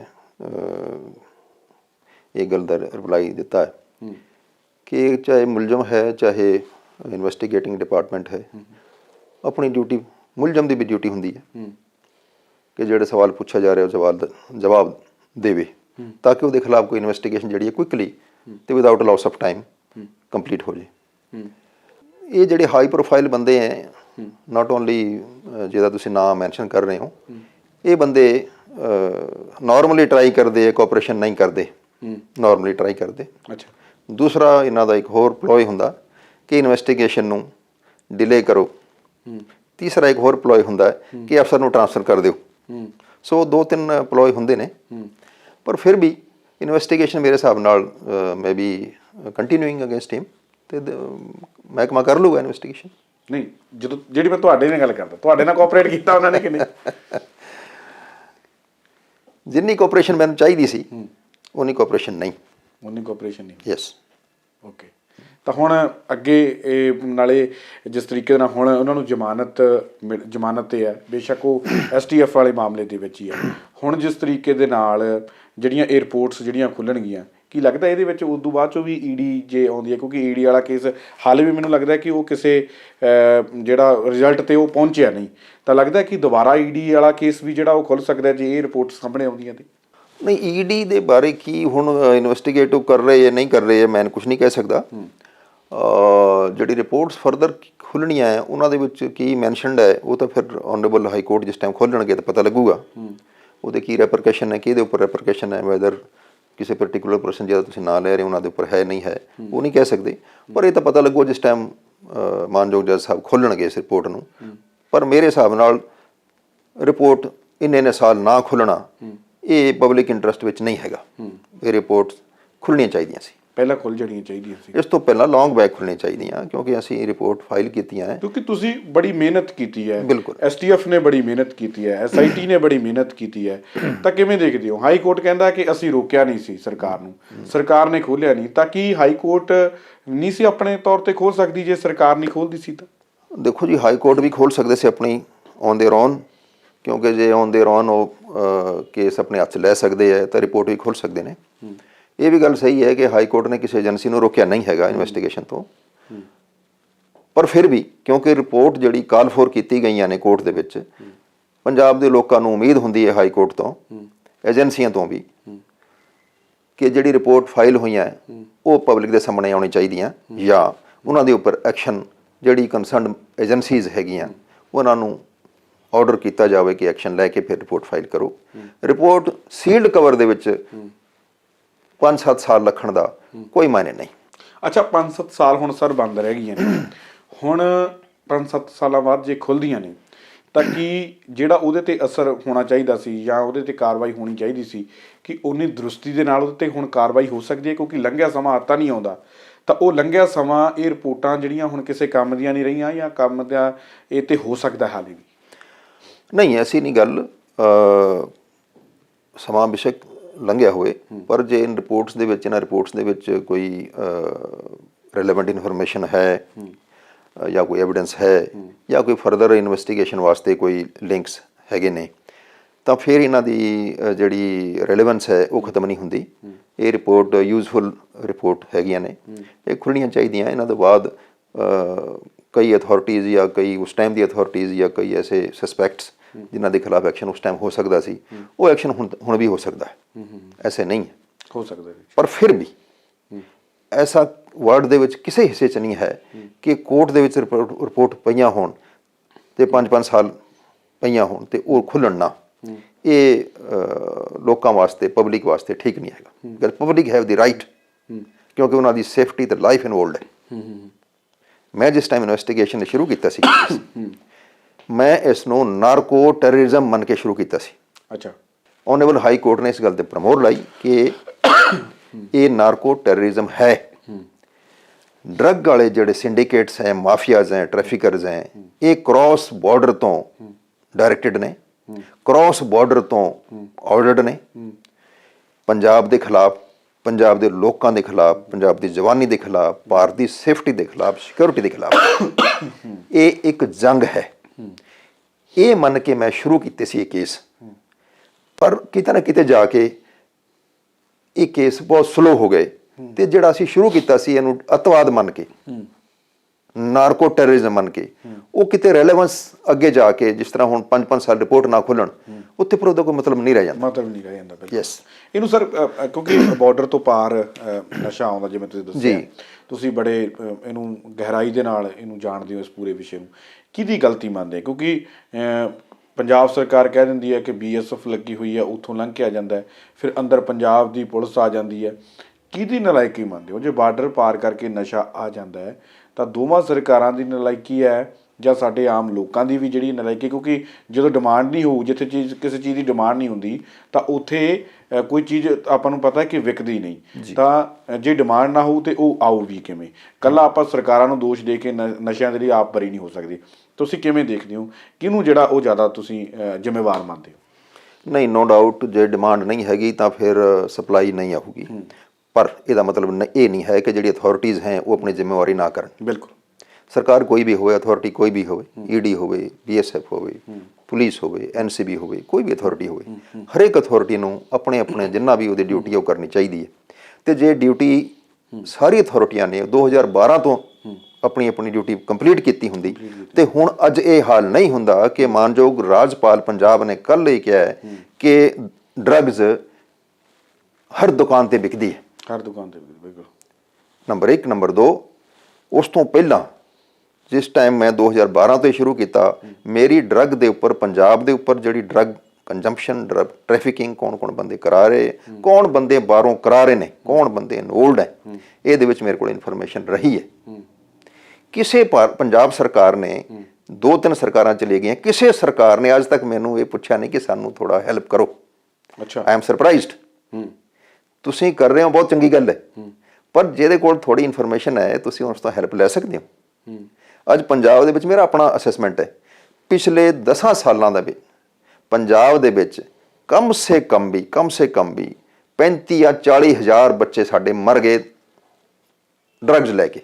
35-40 ਹਜ਼ਾਰ ਬੱਚੇ ਮਰ ਚੁੱਕੇ ਨੇ। ਤੁਸੀਂ ਕਿੰਨੇ ਬੰਦੇ ਮਾਰੋਗੇ ਹੁਣ? ਜ਼ਿੰਮੇਵਾਰੀ ਪੰਜਾਬ ਗੌਰਮੈਂਟ ਦੀ ਹੈ, ਜ਼ਿੰਮੇਵਾਰੀ ਜਿਹੜੇ ਬਾਰਡਰ ਦੇ ਉੱਪਰ ਪੈਟਰੋਲਿੰਗ ਹੋ ਰਹੀ ਉਹਨਾਂ ਦੀ ਵੀ ਹੈ, ਜ਼ਿੰਮੇਵਾਰੀ ਜਿਹੜੇ ਅੰਦਰ ਬੈਠੇ ਪੁਲਿਸ ਅਥਾਰਟੀ ਉਹਨਾਂ ਦੀ ਵੀ ਹੈ, ਜ਼ਿੰਮੇਵਾਰੀ NCB ਦੀ ਵੀ ਹੈ। ਉਸ ਤੋਂ ਬਾਅਦ ਜ਼ਿੰਮੇਵਾਰੀ ਸਾਰੀ ਮਹਿਕਮੇ ਜਿਹੜੇ ਵੀ ਇਨਵੈਸਟੀਗੇਸ਼ਨ ਦੇ ਵਿੱਚ ਸ਼ਾਮਿਲ ਹੈ, ਸਾਰੀ ਜ਼ਿੰਮੇਵਾਰੀ ਬਣਦੀ ਹੈ। ਬਿਲਕੁਲ, ਸਭ ਦੀ ਜ਼ਿੰਮੇਵਾਰੀ ਹੈ। ਸਰ, ਹੁਣ ਜਿਵੇਂ ਆਪਣੀ ਕੋਈ ਗੱਲਬਾਤ ਸੁਣ ਰਿਹਾ ਹੋਵੇ ਸਰਕਾਰੀ ਨੁਮਾਇੰਦਾ, ਮੰਤਰੀ, ਮੁੱਖ ਮੰਤਰੀ ਜਾਂ ਕੋਈ ਅਫਸਰ, ਜਿਵੇਂ ਤੁਸੀਂ ਕਿਹਾ ਕਿ ਮੇਰੇ ਕੋਲੇ ਪਿਛਲੇ 10 ਸਾਲਾਂ ਦੀ ਜਿਹੜੀ ਪੂਰੀ ਜਾਣਕਾਰੀ ਹੈ ਕਿ ਇਸ ਦੇ ਵਿੱਚ ਕੌਣ ਜਿਹੜਾ ਇਨਵੋਲਵ ਹੋ, ਚਾਹੇ ਉਹ ਕੋਈ ਵੀ ਹੋਵੇ, ਚਾਹੇ ਸਿਆਸਤਦਾਨ, ਅਫਸਰ, ਚਾਹੇ ਉਹ ਆਮ ਬੰਦਾ, ਜੇ ਤੁਹਾਡੇ ਤੋਂ ਸਰਕਾਰ ਮਦਦ ਲੈਣਾ ਚਾਹਵੇ ਤੁਸੀਂ ਤਿਆਰ ਹੋਵੋਗੇ? ਨਹੀਂ, ਦੇਖੋ ਜੀ, ਸਰਕਾਰਾਂ ਦਾ ਹਾਲ ਸਾਰਿਆਂ ਨੂੰ ਪਤਾ ਹੈ। ਪਿਛਲੇ ਸਰਕਾਰਾਂ ਅਸੀਂ ਦੇਖੀਆਂ। ਇਹ ਸਰਕਾਰਾਂ ਇੰਟਰਸਟਿਡ ਨਹੀਂ ਹੈਗੀਆਂ, ਇਹ ਪ੍ਰਾਇੋਰਿਟੀ ਨਹੀਂ ਲੈਂਦੇ ਸਰਕਾਰਾਂ। ਮੈਂ ਇਹ ਕਹਿੰਦਾ, ਪੰਜਾਬ ਦੇ ਵਿੱਚ ਸਾਡਾ ਇੱਕ ਬੱਚਾ ਵੀ ਕਿਉਂ ਮਰੇ, ਇੱਕ ਬੱਚਾ ਜੇ ਮਰਦਾ ਉਹ ਕਿਸੇ ਦੇ ਮਾਂ ਦਾ ਪੁੱਤ ਹੈ, ਕਿਸੇ ਭੈਣ ਦਾ ਭਰਾ ਹੈ, ਕਿਉਂ ਮਰੇ? ਬਿਲਕੁਲ ਗੱਲ ਠੀਕ। ਉਹ ਸਾਰੇ ਦੇਸ਼ ਦਾ ਇੱਕ ਸਰਮਾਇਆ ਹੈ। ਸਾਡਾ ਜਵਾਨ ਜਿਹੜਾ ਹੈ ਉਹ ਸਰਮਾਇਆ ਹੈ, ਉਹ ਅਸੈਟ ਹੈ ਸਾਡੇ ਦੇਸ਼ ਦੀ, ਪੰਜਾਬ ਦੀ। ਉਹਨੇ ਪੁਲਿਸ ਜਾਣਾ ਕੱਲ, ਉਹਨੇ ਆਰਮੀ 'ਚ ਜਾਣਾ ਕੱਲ, ਉਹਨੇ ਅਫਸਰ ਬਣਨਾ ਕੱਲ। ਤੁਸੀਂ ਉਹ ਬੰਦਿਆਂ ਨੂੰ ਲੂਜ਼ ਕਰੀ ਜਾ ਰਹੇ ਹੋ। ਇਹ ਸਰਕਾਰਾਂ ਉਸ ਪਾਸੇ ਨਹੀਂ ਸੋਚ ਰਹੀਆਂ ਕਿ ਬੰਦੇ ਮਰ ਰਹੇ ਸਾਡੇ। ਪੋਲੀਟੀਕਲ ਪੁਆਇੰਟਸ ਸਕੋਰ ਕਰਨ ਦੇ ਨਾਲ ਕੁਝ ਨਹੀਂ ਹੋਣਾ। ਕਾਲੀਆਂ ਦੇ ਟਾਈਮ ਡਰੱਗ ਹੋ ਰਿਹਾ ਸੀ, ਕਾਂਗਰਸ ਆਈ ਫਿਰ ਡਰੱਗ ਹੋ ਰਿਹਾ ਸੀ, ਹੁਣ ਆਹ ਸਰਕਾਰ ਹੈ ਇਹਦੇ ਟਾਈਮ ਵੀ ਡਰੱਗ ਦਾ ਕੰਮ ਹੋ ਰਿਹਾ। Now who is responsible? These all people are responsible. ਸਿਰਫ ਤੁਸੀਂ ਰਿਕਵਰੀ ਕਰਕੇ ਆਪਣਾ ਹੱਥ ਨਹੀਂ ਧੋ ਸਕਦੇ। ਬਿਲਕੁਲ, ਪਰਚੇ ਦੇ ਕੇ ਤੁਸੀਂ ਹੱਥ ਨਹੀਂ ਧੋ ਸਕਦੇ। ਤੁਸੀਂ 50,000 20,000 ਤੁਸੀਂ ਬੰਦੇ ਅੰਦਰ ਕਰ ਦਿਓ, ਉਹਦੇ ਨਾਲ ਕੁਝ ਨਹੀਂ ਹੋਣਾ। ਉਹਨਾਂ ਨੇ ਫਿਰ ਬਾਹਰ ਆ ਕੇ ਉਹੀ ਕੁਝ ਕਰਨਾ, ਉਹਦੇ ਨਾਲ ਕੁਝ ਨਹੀਂ ਹੋਣਾ। ਇਹ ਟੂ ਪ੍ਰੋਨਸਡ ਵਾਰ ਹੈ, ਇਹ ਵਾਰ ਹੈ, ਇਹਦੇ ਵਾਰ against Punjab, against the people of Punjab, against the youth of Punjab. ਕਿਵੇਂ ਲੜੀ ਜਾਵੇ ਫਿਰ? ਇਹ ਲੜੀ ਜਾਵੇ ਪਬਲਿਕ ਦੇ ਸਹਿਯੋਗ ਨਾਲ। ਪਿੰਡਾਂ ਦੇ ਵਿੱਚ ਸਾਨੂੰ ਜਿਸ ਤਰ੍ਹਾਂ ਤੁਸੀਂ ਜਾਗੋ ਕੱਢਦੇ ਹੋ, ਜਿਸ ਤਰ੍ਹਾਂ ਤੁਸੀਂ ਸਵੇਰੇ ਧਾਰਮਿਕ ਉਹਦੇ ਉੱਪਰ ਜਾਂਦੇ ਹੋ, ਸਵੇਰੇ 4 ਵਜੇ ਉੱਠਦੇ ਹੋ, ਹਰ ਪਿੰਡ ਦੇ ਵਿੱਚ ਸਾਡੇ ਨੁਮਾਇੰਦੇ ਪੰਜਾਬ ਗੌਰਮੈਂਟ ਨੋਮੀਨੇਟ ਕਰੇ ਪਬਲਿਕ ਵਿੱਚੋਂ, ਉਹਨਾਂ ਨੂੰ ਸਿਕਿਉਰਿਟੀ ਦੇਵੇ। ਸਰਕਾਰ ਤੇ ਨਹੀਂ ਵੀ ਨੋਮੀਨੇਟ ਕਰਦੀ, ਆਪਣੇ ਆਪ ਤੇ ਵੀ, ਕਿਉਂਕਿ ਆਪਣੇ ਸਾਰਿਆਂ ਦੀ ਜ਼ਿੰਮੇਵਾਰੀ ਬਣਦੀ ਹੈ ਸਮਾਜ ਪ੍ਰਤੀ। ਨਹੀਂ, ਸਾਡੀ ਜ਼ਿੰਮੇਵਾਰੀ ਜ਼ਰੂਰ ਬਣਦੀ ਹੈ, ਪਰ ਜੇ ਸਰਕਾਰ ਜਾਂ ਪੁਲਿਸ ਸਾਨੂੰ ਸਪੋਰਟ ਨਹੀਂ ਕਰੂਗੀ ਤੇ ਫਿਰ ਇਹ ਸਕਸੀਡ ਨਹੀਂ ਹੋਣਾ ਕੰਮ। ਬਿਲਕੁਲ, ਮੈਂ ਇਸੇ ਚੀਜ਼ ਤੇ ਆਉਣ ਲੱਗਾ, ਮਾਫ ਕਰਿਓ ਮੈਂ ਤੁਹਾਨੂੰ ਟੋਕ ਰਿਹਾ, ਕਿਉਂਕਿ ਕਈ ਥਾਈਂ ਕੁਝ ਲੋਕਾਂ ਨੇ ਆਪਣੇ ਤੌਰ ਤੇ, ਜਿਵੇਂ ਮੈਂ ਕਹਿ ਰਿਹਾ, ਕਰਨ ਦੀ ਕੋਸ਼ਿਸ਼ ਕੀਤੀ, ਫਿਰ ਉਹਨਾਂ ਦੀ ਲੱਤਾਂ ਵੀ ਭੰਨ ਦਿੱਤੀਆਂ ਗਈਆਂ। ਬਿਲਕੁਲ ਤੁਹਾਡੀ ਗੱਲ ਠੀਕ ਹੈ, ਸਰਕਾਰ ਤੇ ਪੁਲਿਸ ਦਾ ਸਹਿਯੋਗ ਰੋਕਣ ਵਾਲੇ ਬੰਦਿਆਂ ਨੂੰ ਚਾਹੀਦਾ ਹੈ, ਨਹੀਂ ਤਾਂ ਫਿਰ ਇਸ ਤਰੀਕੇ ਨਾਲ ਹਮਲੇ ਹੋ ਜਾਂਦੇ ਉਹਨਾਂ ਤੇ ਜਿਹੜੇ ਰੋਕਣ ਵਾਲੇ ਵਿਚਾਰੇ ਆਪਣੇ ਤੌਰ ਤੇ ਕਰਦੇ ਆ। ਕੱਲ ਪਰਸੋਂ ਮੈਂ ਹੁਣ ਜਾ ਕੇ ਆਇਆ ਸੀ ਇੱਥੇ ਸਾਡੇ ਜਲੰਧਰ ਪਿੰਡ 'ਚ, ਪਿੰਡ ਲਖਨਪਾਲ ਦੇ ਵਿੱਚ। ਰਾਮ ਗੋਪਾਲ ਕੋਈ ਐਂਟੀ ਡਰੱਗ ਐਕਟਿਵਿਸਟ ਸੀਗਾ, ਉਹਨੂੰ ਡਰੱਗ ਦੇ ਜਿਹੜੇ ਕੈਰੀਅਰ ਸੀ, ਜਿਹੜੇ ਸਮਗਲਰ ਸੀ, ਉਹਨਾਂ ਨੇ ਉਹਦਾ ਮਰਡਰ ਕਰਤਾ। ਇਹ ਬਹੁਤ ਦੁਖਦਾਈ ਚੀਜ਼ ਹੈ, ਉਹ ਬਹੁਤ ਅਨਫੋਰਚੂਨੇਟ। ਬਿਲਕੁਲ ਠੀਕ, ਹਾਂਜੀ। ਸੋ ਇਸ ਤਰ੍ਹਾਂ ਜੇ ਪੁਲਿਸ ਸਪੋਰਟ ਨਹੀਂ ਕਰੂਗੀ ਐਂਟੀ ਡਰੱਗ ਐਕਟਿਵਿਸਟ ਨੂੰ, ਤੇ ਫਿਰ ਡਰੱਗ ਵਾਲਿਆਂ ਦੇ ਹੌਸਲੇ ਬੁਲੰਦ ਹੁੰਦੇ। ਸਰਕਾਰ ਹਰ ਪਿੰਡ ਦੇ ਵਿੱਚ ਇੱਕ ਕਮੇਟੀ ਬਣਾਵੇ, ਹਰ ਪਿੰਡ ਦੇ ਵਿੱਚ ਕਮੇਟੀ ਬਣਾਵੇ ਤੇ ਪੁਲਿਸ ਤੇ ਸਿਵਲ ਐਡਮਿਨਿਸਟ੍ਰੇਸ਼ਨ ਨੂੰ ਉਹਨਾਂ ਦੀ ਸਪੋਰਟ ਹੋਵੇ, ਫਿਰ ਸਕਸੀਡ ਕਰ ਸਕਦੇ ਹਾਂ। ਸਿਰਫ ਚੰਡੀਗੜ੍ਹ ਬੈਠ ਕੇ ਜਾਂ ਦਿੱਲੀ ਬੈਠ ਕੇ ਕੰਮ ਨਹੀਂ ਹੋ ਸਕਦਾ। ਮੌਜੂਦਾ ਸਰਕਾਰ ਦੇ 1 ਸਾਲ ਨੂੰ ਤੁਸੀਂ ਕਿਵੇਂ ਦੇਖਦੇ ਹੋ ਡਰੱਗ ਨੂੰ ਲੈ ਕੇ? ਮੌਜੂਦਾ ਸਰਕਾਰ ਦੇ ਟਾਈਮ 'ਚ ਡਰੱਗ ਦੀ ਰਿਕਵਰੀ ਤਾਂ ਬਹੁਤ ਹੋਈ ਹੈ, ਨੋ ਡਾਊਟ, ਪਰ ਬੰਦੇ ਮਰੇ ਵੀ ਬਹੁਤ ਨੇ, ਸਾਡੇ ਬੱਚੇ ਬਹੁਤ ਮਰੇ ਨੇ। ਜਿਹੜਾ ਖੌਫ ਕਾਨੂੰਨ ਦਾ ਹੋਣਾ ਚਾਹੀਦਾ ਉਹ ਹੈ ਨਹੀਂ। ਜੇ ਡਰੱਗ ਕੈਰੀਅਰ ਤੇ ਟ੍ਰੈਫਿਕਰ ਤੇ ਸਮਗਲਰਸ ਉਹਨਾਂ ਨੂੰ ਪੁਲਿਸ ਦਾ ਜਾਂ ਕਾਨੂੰਨ ਦਾ ਖੌਫ ਨਹੀਂ ਹੈਗਾ, ਫਿਰ ਜਿੰਨੀ ਮਰਜ਼ੀ ਰਿਕਵਰੀ ਕਰ ਲਓ, ਰਿਕਵਰੀ ਤਾਂ ਹੋਰ ਆ ਜਾਊਗੀ, ਸਪਲਾਈ ਹੋਰ ਆ ਜਾਊਗੀ, ਫਿਰ ਰਿਕਵਰੀ ਕਰ ਲਓ। ਪਿਛਲੇ 5 ਸਾਲਾਂ ਦੇ ਵਿੱਚ ਤਕਰੀਬਨ 3500 ਕਿਲੋਗ੍ਰਾਮ ਇਹਨਾਂ ਨੇ ਡਰੱਗ ਰਿਕਵਰ ਕੀਤੀ ਹੈ 5 ਸਾਲਾਂ 'ਚ, ਤੇ ਸਪਲਾਈ ਹੋਇਆ ਉਸ ਤੋਂ 10 ਟਾਈਮਸ, ਉਸ ਤੋਂ 10 ਟਾਈਮ ਸਪਲਾਈ ਹੈ, ਫੜੀ ਗਈ ਹੈ ਸਿਰਫ 3500 ਕਿਲੋ। ਅਬ ਯੂ ਕੈਨ ਇਮੇਜਿਨ ਕਿ ਸਰਕਾਰ ਕਿਹੜੀ, ਕੋਈ ਵੀ ਸਰਕਾਰ ਹੋਵੇ, ਇਹ ਸਰਕਾਰ ਉਹ ਸਰਕਾਰ, ਉਸ ਤੋਂ ਪਹਿਲਾਂ ਦੀ ਸਰਕਾਰ, ਇਹਨਾਂ ਦੀ ਜਿਹੜੀ ਪਰਫਾਰਮੈਂਸ ਹੈ ਉਹ ਪਰਫਾਰਮੈਂਸ ਅਪ ਟੂ ਮਾਰਕ ਨਹੀਂ ਹੈਗੀ। ਬਿਲਕੁਲ ਬਿਲਕੁਲ। ਤਾਂ ਹੁਣ ਕੀ ਲੱਗਦਾ ਕਿ ਅੱਗੇ ਜਿਹੋ ਜਿਹੇ ਹਾਲਾਤ ਬਣ ਰਹੇ ਆ, ਕਿਉਂਕਿ ਸਰਕਾਰ ਕਹਿੰਦੀ ਕਿ ਹਲੇ ਤਾਂ ਸਾਨੂੰ 1 ਸਾਲ ਦਾ ਹੀ ਸਮਾਂ ਜਿਹੜਾ ਹੋਇਆ, ਆਉਣ ਵਾਲੇ 4 ਸਾਲਾਂ ਦੇ ਵਿੱਚ ਅਸੀਂ ਬੜਾ ਕੁਝ ਕਰ ਦਿਆਂਗੇ। ਪਿਛਲੀ ਵਾਰੀ ਕੈਪਟਨ ਅਮਰਿੰਦਰ ਸਿੰਘ ਵੀ ਕਹਿੰਦੇ ਸੀਗੇ ਕਿ ਮੈਂ ਨਸ਼ੇ ਦਾ ਲੱਕ ਭੰਨ ਦੂੰਗਾ, ਬਾਅਦ ਦੇ ਵਿੱਚ ਕਹਿੰਦੇ ਵੀ ਮੈਂ ਐਂ ਥੋੜ੍ਹੀ ਕਿਹਾ ਸੀ ਵੀ ਨਸ਼ਾ ਜੜ ਤੋਂ ਖਤਮ ਕਰ ਦੂੰਗਾ, ਮੈਂ ਤਾਂ ਕਹਿੰਦੇ ਇਹ ਕਿਹਾ ਸੀ ਵੀ ਲੱਕ ਭੰਨ ਦੂੰਗਾ। ਹੁਣ ਲੱਕ ਭੰਨਣਾ ਉਹ ਕਿਸ ਨੂੰ ਮੰਨਦੇ ਆ, ਉਹ ਹੁਣ ਸਮਝੋ ਬਾਹਰ ਆ ਕਹਾਣੀ। ਇਹ ਵੀ ਇਸੇ ਤਰੀਕੇ ਦੇ ਨਾਲ ਹੀ ਕਹਿੰਦੇ ਸੀਗੇ ਜੇ ਸਰਕਾਰ ਚਾਹੇ ਤਾਂ 1 ਮਹੀਨੇ ਦੇ ਅੰਦਰ ਨਸ਼ਾ ਖਤਮ ਹੋ ਜਾਊਗਾ। ਕੇਜਰੀਵਾਲ ਜੀ ਤਾਂ ਕੁਝ ਦਿਨ ਹੀ ਕਹਿ ਰਹੇ ਸੀਗੇ, ਕਈ ਮਾਮਲਿਆਂ ਤੇ ਤਾਂ ਇਹ 24 ਘੰਟੇ ਮੰਗ ਰਹੇ ਸੀ। ਉਹ ਸਾਰੇ ਦੇ ਸਾਰੇ ਉਹ ਮਾਮਲੇ ਉਵੇਂ ਹੀ ਖੜੇ ਆ, ਡਰੱਗ ਤੋਂ ਲੈ ਕੇ ਬੇਅਦਬੀਆਂ ਤੋਂ ਲੈ ਕੇ ਹੋਰ ਚੀਜ਼ਾਂ ਲੈ ਕੇ। ਔਰ ਮੈਂ ਖਾਸ ਤੌਰ 'ਤੇ ਇਹ ਵੀ ਪੁੱਛਣਾ ਚਾਹੂੰਗਾ ਸਰ ਵੀ ਜਿਹੜਾ ਹਾਲਾਂਕਿ ਤੁਹਾਡਾ ਮੇਰੇ ਖਿਆਲ 'ਚ ਇਹ ਮਸਲਾ ਨਹੀਂ, ਕਿਉਂਕਿ ਤੁਹਾਡਾ ਈਡੀ ਦਾ ਇਹ ਮਸਲਾ ਨਹੀਂ ਰਿਹਾ, ਬੇਅਦਬੀਆਂ ਤੇ ਗੋਲੀ ਕਾਂਡ ਦਾ ਜਿਹੜਾ ਉਹ ਮਸਲਾ ਰਿਹਾ, ਪਰ ਫਿਰ ਵੀ ਤੁਹਾਡੀ ਅਫਸਰਾਂ ਦੇ ਨਾਲ ਗੱਲਬਾਤ, ਤੁਹਾਡੀ ਇਨਵੈਸਟੀਗੇਸ਼ਨ ਦਾ ਆਪਣਾ ਤਜਰਬਾ, ਕਿਵੇਂ ਦੇਖਦੇ ਹੋ ਕਿ ਇਹ ਜਿਹੜਾ ਗੋਲੀ ਕਾਂਡ ਉੱਥੇ ਵਾਪਰਿਆ ਜਾਂ ਬੇਅਦਬੀ ਦੀ ਆਪਾਂ ਗੱਲ ਕਰੀਏ, ਇੰਨੇ ਸਾਲਾਂ ਬਾਅਦ ਇਹਦੇ ਵਿੱਚ ਕੋਈ ਸਿੱਟਾ, ਕੋਈ ਰਿਜ਼ਲਟ ਨਿਕਲ ਸਕਦਾ? ਜਿੰਨਾ ਟਾਈਮ ਲੂਜ਼ ਹੋਏਗਾ, ਇਨਵੈਸਟੀਗੇਸ਼ਨ ਦਾ ਇੱਕ ਤਰੀਕਾ ਹੈ, ਜਿੰਨਾ ਟਾਈਮ ਲੂਜ਼ ਹੋਏਗਾ, ਲੇਟ ਹੋਏਗਾ, ਉਹਨਾਂ ਇਨਵੈਸਟੀਗੇਸ਼ਨ ਦੇ ਰਿਜ਼ਲਟ ਚੰਗੇ ਨਹੀਂ ਆਉਣਗੇ। ਸੋ ਜਿਹੜੀ ਆ ਬੇਅਦਬੀ ਦੇ ਜਿਹੜੇ ਕੇਸਿਸ ਹੈ ਉਹ ਇੰਨੇ ਡਿਲੇ ਨਹੀਂ ਹੋਣੇ ਚਾਹੀਦੇ, ਕੰਪਲੀਟ ਹੋਣੀ ਚਾਹੀਦੀ ਇਨਵੈਸਟੀਗੇਸ਼ਨ ਛੇਤੀ। ਬਿਲਕੁਲ। ਦੂਸਰੀ ਗੱਲ ਹੈ ਕਿ ਜਿਹੜੀ ਤੁਸੀਂ ਪੁੱਛਿਆ ਕਿ ਗੋਲੀ ਕਾਂਡ ਵਾਲੇ, ਉਹ ਵੀ ਇਨਵੈਸਟੀਗੇਸ਼ਨ ਕੰਪਲੀਟ ਹੋਣੀ ਚਾਹੀਦੀ ਹੈ। ਬਾਕੀ ਜਿਹੜੀ ਆ ਡਰੱਗ ਬਾਰੇ ਤੁਸੀਂ ਪੁੱਛਿਆ, ਚਾਹੇ ਉਹ ਕੈਪਟਨ ਅਮਰਿੰਦਰ ਸਿੰਘ ਦੀ ਸਰਕਾਰ ਹੋਵੇ ਜਾਂ 3-4 ਮਹੀਨਿਆਂ ਦੀ ਦੂਸਰੀ ਇੱਕ ਹੋਰ ਸੀ ਸਰਕਾਰ, ਜਾਂ ਫਿਰ ਇਹਨਾਂ ਦਾ ਜਿੰਨਾ ਹੋਇਆ ਹੁਣ ਟਾਈਮ 10 ਮਹੀਨੇ ਹੋ ਗਏ ਇਹਨਾਂ ਦੇ, ਇਨਵੈਸਟੀਗੇਸ਼ਨ ਜਾਂ ਰਿਕਵਰੀ ਇਹ ਅਲੱਗ ਚੀਜ਼ ਹੈ। ਪਬਲਿਕ ਦੇ ਵਿੱਚ ਅਵੇਅਰਨੈਸ ਬਹੁਤ ਜ਼ਰੂਰੀ ਹੈ, ਬਹੁਤ ਜ਼ਰੂਰੀ ਹੈ, ਬਹੁਤ ਜ਼ਰੂਰੀ। ਬਿਲਕੁਲ। ਸਾਡਾ ਜਿਹੜਾ ਜਵਾਨ ਹੈ ਉਹਨੂੰ ਐਮਪਲੋਇਮੈਂਟ ਨਹੀਂ ਹੈ, ਉਹਨੂੰ ਰੋਜ਼ਗਾਰ ਨਹੀਂ ਹੈ, ਕੋਈ ਨੌਕਰੀ ਨਹੀਂ ਹੈ, ਉਹ ਸਾਰਾ ਦਿਨ ਕੀ ਕਰੂਗਾ ਵਿਚਾਰਾ? ਬਿਲਕੁਲ ਠੀਕ। ਕੁਝ ਨਾ ਕੁਝ ਤਾਂ ਕੰਮ ਕਰੂਗਾ। ਤੇ ਫਿਰ ਡਰੱਗ ਵਾਲੇ ਕਹਿਣਗੇ ਸਾਨੂੰ ਆ ਦਿਓ ਜੀ, ਅਸੀਂ ਤੁਹਾਨੂੰ 1000 ਰੁਪਏ ਦਿੰਨੇ, ਸ਼ਾਮ ਨੂੰ ਤੁਸੀਂ ਆ ਸਾਡਾ ਕੁੜੀ ਉੱਥੇ ਪਹੁੰਚਾ ਦਿਓ। ਬਿਲਕੁਲ ਠੀਕ। ਨੰਬਰ 1। ਨੰਬਰ 2, ਡਰੱਗ ਦੀ ਜਿਹੜੀ ਰਿਕਵਰੀ ਹੈ ਜਾਂ ਇਹਦੇ ਖਿਲਾਫ ਜੰਗ ਹੈ, ਉਹ ਸਰਕਾਰਾਂ ਦੀ ਪ੍ਰਾਇੋਰਟੀ ਨਹੀਂ ਹੈਗੀ। ਇਹ ਕਹਿੰਦੇ ਸਾਨੂੰ 10 ਮਹੀਨੇ ਹੋਏ ਆ, ਸਾਨੂੰ ਸਾਲ ਨਹੀਂ ਹੋਇਆ, ਸਾਨੂੰ 4 ਸਾਲ ਦੇ ਦਿਓ, ਤੁਸੀਂ 4000 ਸਾਲ ਲੈ ਲਓ। That is not the point. Point ਇਹ ਹੈ ਕਿ ਪੰਜਾਬ ਦਾ ਇੱਕ ਵੀ ਬੱਚਾ ਕਿਉਂ ਮਰੇ? ਤੁਹਾਡੀ ਨਲਾਇਕੀ ਦੀ ਵਜ੍ਹਾ ਨਾਲ ਪੰਜਾਬ ਦਾ ਇੱਕ ਵੀ ਬੱਚਾ ਕਿਉਂ ਮਰੇ? 4 ਸਾਲ ਦੀ ਲੋੜ ਨਹੀਂ ਇਹਦੇ ਵਾਸਤੇ। ਜੇ ਇੱਕ ਵੀ ਮਰਡਰ ਹੁੰਦਾ ਹੈ, ਜੇ ਇੱਕ ਵੀ ਬੱਚਾ ਮਰਦਾ ਹੈ, ਤੇ ਤੁਹਾਡੀ ਜ਼ਿੰਮੇਵਾਰੀ ਹੈ। ਬਿਲਕੁਲ ਠੀਕ। ਅਸੀਂ ਹਜ਼ਾਰਾਂ ਬੱਚੇ, ਬਿਲਕੁਲ ਠੀਕ, ਜਾਨ ਮਾਲ ਦੀ ਰੱਖਿਆ ਦੀ ਜਿਹੜੀ ਜ਼ਿੰਮੇਵਾਰੀ ਸਰਕਾਰ ਦੀ ਬਣਦੀ ਹੈ। ਔਰ ਉਹ ਜਿਹੜੀ ਸਾਡੇ ਇਹਦੇ ਨਾਲ ਜਿਹੜੀ ਡੈਥ ਹੋ ਰਹੀ ਹੈ ਬੱਚਿਆਂ ਦੀ, ਉਹ ਅਲੱਗ ਹੈ। ਉਸ ਦੇ ਨਾਲ ਜਿਹੜਾ ਸਮਾਜਿਕ ਢਾਂਚਾ ਜਿਹੜਾ ਖਰਾਬ ਹੋ ਰਿਹਾ ਉਹ ਅਲੱਗ ਹੈ, ਉਹ ਅਲੱਗ ਹੈ। ਬਿਲਕੁਲ। ਲਾਸ ਬਹੁਤ ਹੈ, ਪਰ ਪ੍ਰਾਇੋਰਟੀ ਸਰਕਾਰਾਂ ਦੀ ਇਹ ਨਹੀਂ ਹੈਗੀ। ਪ੍ਰਾਇੋਰਟੀ ਹੋਣੀ ਚਾਹੀਦੀ ਹੈ, ਇਹ ਸਰਕਾਰ ਪ੍ਰਾਇੋਰਟੀ ਲੈਣੀ ਚਾਹੀਦੀ ਹੈ ਸਰਕਾਰ ਨੂੰ, ਕਿਉਂਕਿ ਮਸਲਾ ਸੀਰੀਅਸ ਹੈ। ਜੰਗ ਹੈ ਸਾਡੇ ਖਿਲਾਫ, ਪੰਜਾਬੀਆਂ ਦੇ ਖਿਲਾਫ ਇਹ ਜੰਗ ਹੈ। ਇਹ ਜੰਗ ਨੂੰ ਜੰਗ ਦੇ ਤਰੀਕੇ ਨਾਲ ਲੜਨਾ ਚਾਹੀਦਾ। ਅੱਛਾ ਸਰ, ਇੱਕ ਥੋੜ੍ਹਾ ਸਵਾਲ ਕੌੜਾ ਹੈ, ਤੇ ਪਰ ਇਹ ਜ਼ਰੂਰ ਹੈ ਕਿ ਅੱਜ ਕੱਲ੍ਹ ਜਿਹੜੀ ਪਰਸੈਪਸ਼ਨ ਬਣ ਗਈ ਹੈ ਲੋਕਾਂ ਦੇ ਅੰਦਰ ਕਿ ਈਡੀ, CBI ਜਾਂ ਹੋਰ ਜਿਹੜੀਆਂ ਏਜੰਸੀਆਂ ਨੇ, ਸਰਕਾਰਾਂ ਜਿਹੜੀਆਂ ਦੁਰਵਰਤੋਂ ਬਹੁਤ ਕਰਦੀ ਹੈ, ਇਹਦੇ ਬਾਰੇ ਤੁਸੀਂ ਕਿੰਨਾ ਕਿਉਂਕਿ ਤੁਹਾਡੇ ਤੇ ਲੋਕ ਵਿਸ਼ਵਾਸ ਕਰਦੇ ਆ ਕਿ ਤੁਹਾਨੂੰ ਲੋਕੀ ਚੰਗੀ ਛਵੀ ਦਾ ਮਾਲਕ ਸਮਝਦੇ ਕਰਕੇ, ਔਰ ਤੁਹਾਡੇ ਤੋਂ ਇਹ ਆਸ ਹੈ ਕਿ ਤੁਸੀਂ ਸਹੀ ਤਰੀਕੇ ਨਾਲ ਮਤਲਬ ਕੰਮ ਆਪਣਾ ਫਰਜ਼ ਜਿਹੜਾ ਨਿਭਾਉਂਦੇ ਰਹੇ ਹੋ। ਤਾਂ ਹੁਣ ਜਿਹੜੀ ਪਰਸੈਪਸ਼ਨ ਇਹ ਹੈ ਕਿ ਈਡੀ ਦੀ ਦੁਰਵਰਤੋਂ ਹੁੰਦੀ ਹੈ, CBI ਦੀ ਦੁਰਵਰਤੋਂ ਹੁੰਦੀ ਹੈ, ਹੋਰ ਏਜੰਸੀਆਂ ਦੀ ਦੁਰਵਰਤੋਂ ਹੁੰਦੀ ਹੈ। ਵਾਕਈ ਸਰਕਾਰਾਂ ਆਪਣੇ ਤਰੀਕੇ ਨਾਲ ਵਰਤਦੀਆਂ ਨੇ?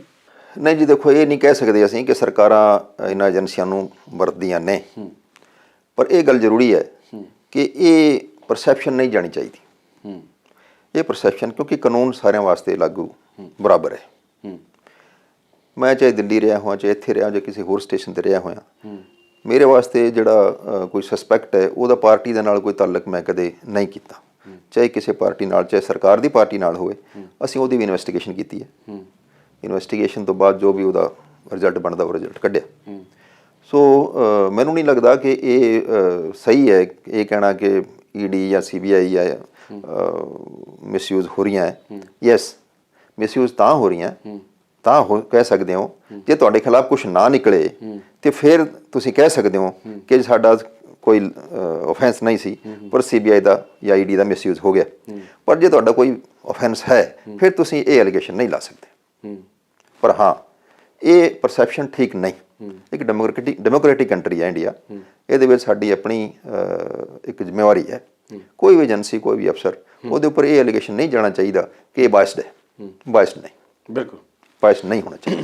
ਇੱਕ ਸਰ NCV ਦੇ ਦਫ਼ਤਰ ਨੂੰ ਲੈ ਕੇ ਵੀ ਬੜੀ ਸਿਆਸਤ ਜਿਹੜੀ ਉਹ ਭਖੀ ਸੀਗੀ ਕਿ ਇੱਥੇ ਸੈਕੰਡ ਆਫਿਸ ਜਿਹੜਾ ਉਹ ਇੱਥੇ ਆ ਰਿਹਾ, ਤਾਂ ਉਹਦੇ ਨਾਲ ਪੰਜਾਬ ਦੇ ਉੱਪਰ ਇਨਡਾਇਰੈਕਟਲੀ ਕੇਂਦਰ ਦਾ ਜਿਹੜਾ ਜ਼ਿਆਦਾ ਕਬਜ਼ਾ ਹੋਣ ਦੇ ਕਰਕੇ ਇਹ ਬਾਰਡਰ ਸਟੇਟ ਕਰਕੇ ਹੋ ਰਿਹਾ ਹੈ, ਜਾਂ ਵਾਕਈ ਪੋਲੀਟੀਕਲ ਇਸ ਤਰੀਕੇ ਦੀ ਜਿਹੋ ਜਿਹੀ ਰੰਗਤ ਦਿੱਤੀ ਜਾ ਰਹੀ ਹੈ, ਜਾਂ ਉਹ ਜਿਹਾ ਹੀ ਜਿਹੜਾ ਹੈਗਾ ਇੱਕ BJP ਦੇ ਵੱਲੋਂ ਜਾਂ ਕੇਂਦਰ ਸਰਕਾਰ ਦੇ ਵੱਲੋਂ ਅਜਿਹਾ ਕੀਤਾ ਜਾ ਰਿਹਾ, ਜਾਂ ਫਿਰ ਵਾਕਈ ਇਸ ਚੀਜ਼ ਦੀ ਜ਼ਰੂਰਤ ਹੈਗੀ ਕਿਉਂਕਿ ਬਾਰਡਰ ਸਟੇਟ ਹੈ, ਹਾਲਾਤ ਆਪਾਂ ਨੂੰ ਅੱਜ ਦੀ ਪਤਾ ਹੀ ਹੈ? ਨਹੀਂ, ਇਹਨੂੰ ਇਸ ਤਰੀਕੇ ਨਾਲ ਨਾ ਦੇਖੋ। ਇਹਦਾ ਇੱਕ ਵਜ੍ਹਾ ਇਹ ਹੈ ਕਿ ਡਰੱਗ ਦਾ ਸਪਰੈਡ ਬਹੁਤ ਹੈ ਪੰਜਾਬ 'ਚ।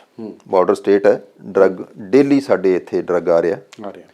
NCB ਦਾ ਦਫ਼ਤਰ ਸਿਰਫ ਚੰਡੀਗੜ੍ਹ ਜਾਂ ਅੰਮ੍ਰਿਤਸਰ ਪ੍ਰੈਜ਼ੈਂਸ ਹੈ, ਪਰ ਸਟੇਟ ਕਾਫੀ ਵੱਡਾ ਹੈ।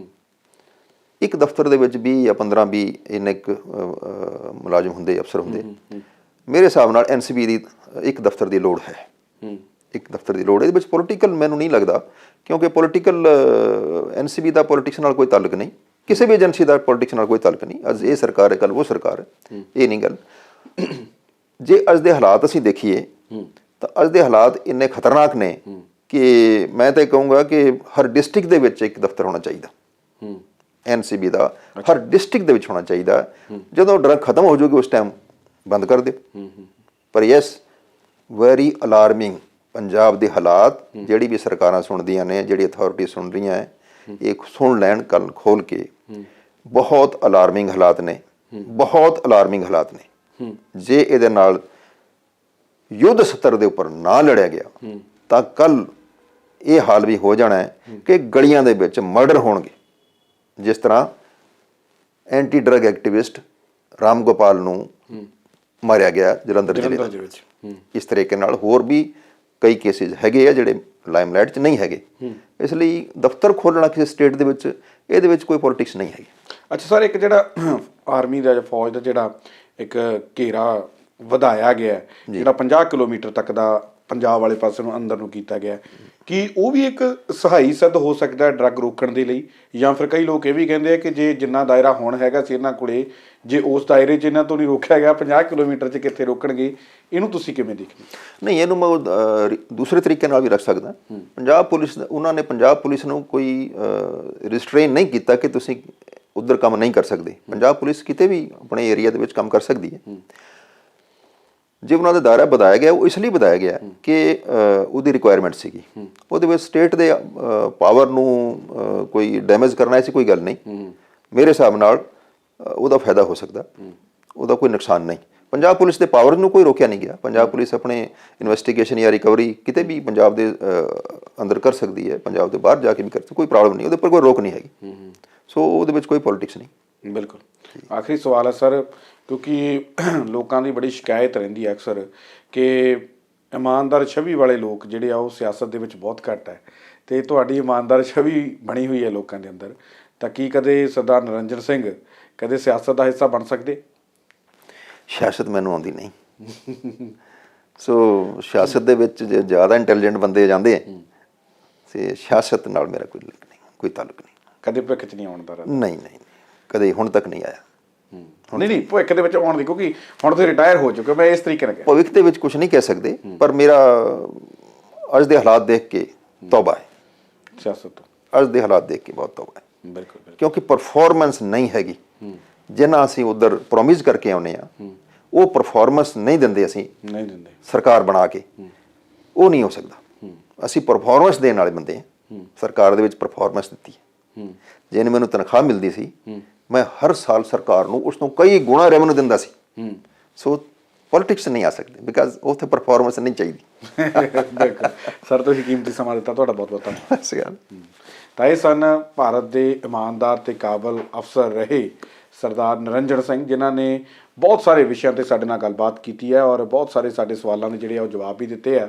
ਉਮੀਦ ਕਰਦੇ ਹਾਂ ਕਿ ਸਰਦਾਰ ਨਿਰੰਜਨ ਸਿੰਘ ਹੋਰਾਂ ਨੇ ਜਿਹੜੀ ਜਾਣਕਾਰੀ ਸਾਡੇ ਨਾਲ ਸਾਂਝੀ ਕੀਤੀ ਹੈ ਉਹ ਤੁਹਾਨੂੰ ਜ਼ਰੂਰ ਪਸੰਦ ਆਈ ਹੋਊ। ਦੁਬਾਰਾ ਫਿਰ ਮਿਲਾਂਗੇ। ਧੰਨਵਾਦ।